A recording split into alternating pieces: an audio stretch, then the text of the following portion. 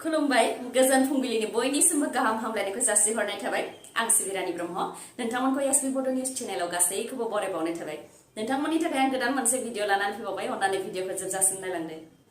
higher secondary first इयारनि आनजादनि थाखाय रुटिनखौ फोसावनानै होबाय 6 मार्चनिफ्राय आनजादा जागायजेनगोन आरो 29 मार्चआव आनजादा जोबहैगोन फुं आरो बेलासे मोननै शिफ्टआव आनजादा जागोन फुंनि 9 रिंगानिफ्राय 12 रिंगासिम जागोन आरो सानजौफुनिया 1 रिंगा 30 मिनिटनिफ्राय लानानै 4 रिंगा 30 मिनिटसिम जागोन गिबि जागायजेननाय अदेबानि 6 मार्चआव इंराजि आयदानि आनजाद जागोन 7 मार्चआव भकेशनेल पेपार 1 जागोन आरो बेबायदिनो आनजादा 29 मार्चआव जोबहैगोन रुटिनखौ नोंथांमोनहा स्क्रिनाव नायनानैबो लानो हागोन बा डाउनलडबो खालामनानै लानो हागोन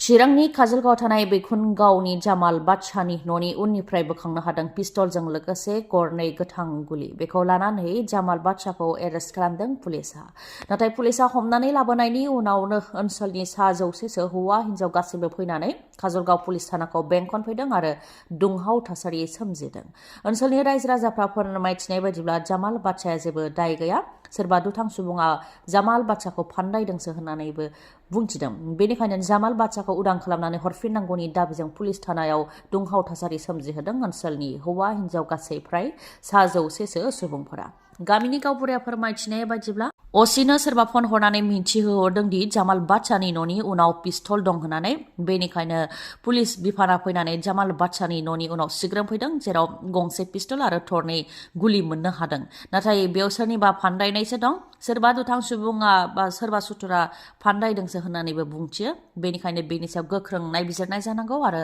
गुबै दायनिगिरिखौ गोख्रोङै साजा होनो नांगौ होननानै दाबि खालामो गावबुराया UPPL नि मोनसे गेदेर रादाय होनोब्ला नखर नखर साख्रि होनाय UPPL सोरखार फैयोब्ला गोबां रायजो राजाफ्रानो साख्रि मोननो हागोन होननानै मिजिंथिनानै दं नाथाय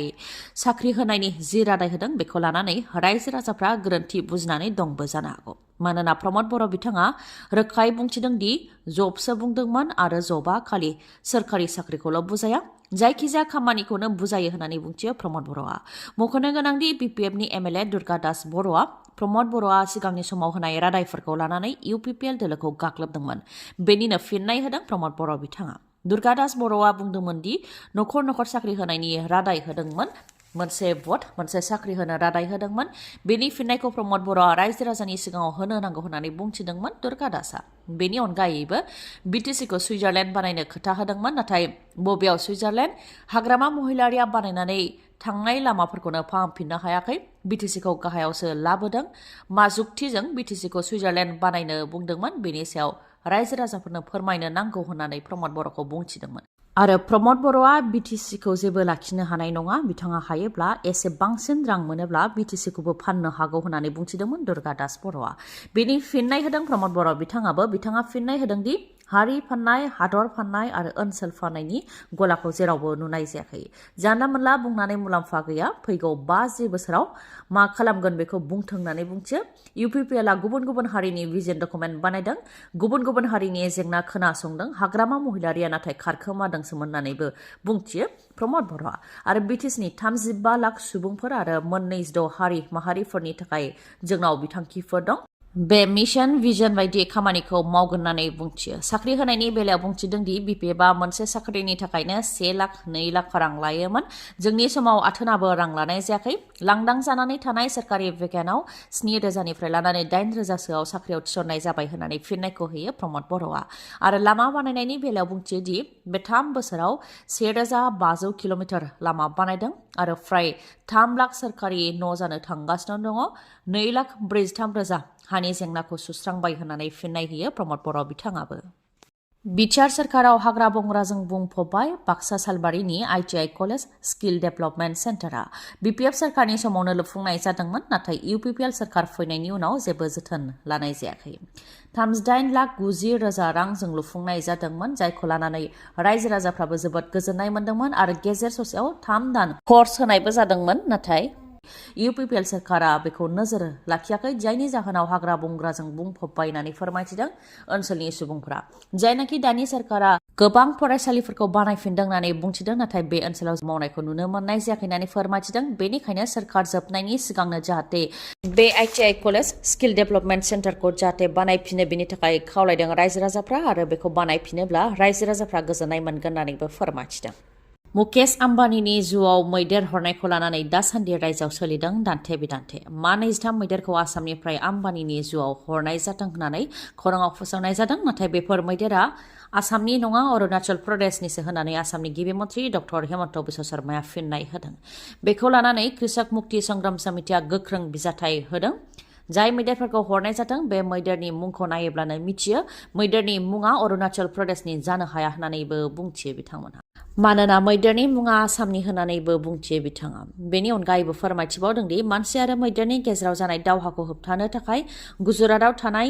ग्रीन्स जिअलजिकेल रेस्किउ एन्ड रिहेबिलिटेशन सेन्टाराव दैथायहरनाय जागोन आरो आम्बानीनि जुनिफ्रायबो आसामाव माखासे जिब जुनारखौ लाबोनाय जागोन होननानै गोरोबथा जादोंमोन आरो बेखौ थांनाय 2022 मायथाइनि 5 मेयावनो आसामनि गिबि मन्थ्रि डक्टर हेमन्त बिश्व शर्मा बिथाङा गावनो टुइटाराव फोसावदोंमोन होननानै फोरमायथियो नाथाय गोरोबथा जानायनि बोसोरसे सिगांनो मानै ब्लेक पेन्टार बा मोसाखौ हरदों बेनि अनगायैबो गासै मा 6 जिब जुनारखौ दासिम हरनाय जाबाय नाथाय मा 2खौनो लाखुमानो नागिरदों उल्था फारसेथिं बेनि सोलायै आसामाव मुकेश आम्बानीनि जुनिफ्राय मासेबो जिब जुनार मोनबोफिनाखै सोरबा सासे सुबुंखौ गोजोन होनो थाखाय बेबायदि आसामनि जिब जुनारखौ हरनाया गनायजाथाव नङा होननानै गोख्रोङै फिनजाथाय होदों कृषक मुक्ति संग्राम समितिनिफ्राय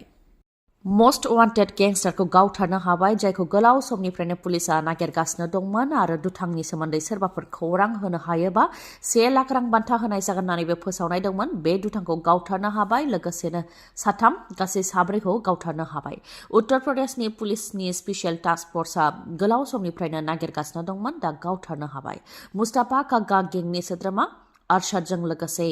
मनजित सतीश आरो गुबुन सासे गासै 4खौ गावथारनो हाबाय दुथां अरशदनिया दाखाथि लुटपाट खालामनाय मानसि बुथारनाय आरो बायदि बायदि क्राइम खामानियाव लोब्बा दंमोन बेनिखायनो अरशदखौ गोलाव समनिफ्रायनो पुलिसा नागिरगासिनो दंमोन दा उत्तर प्रदेशनि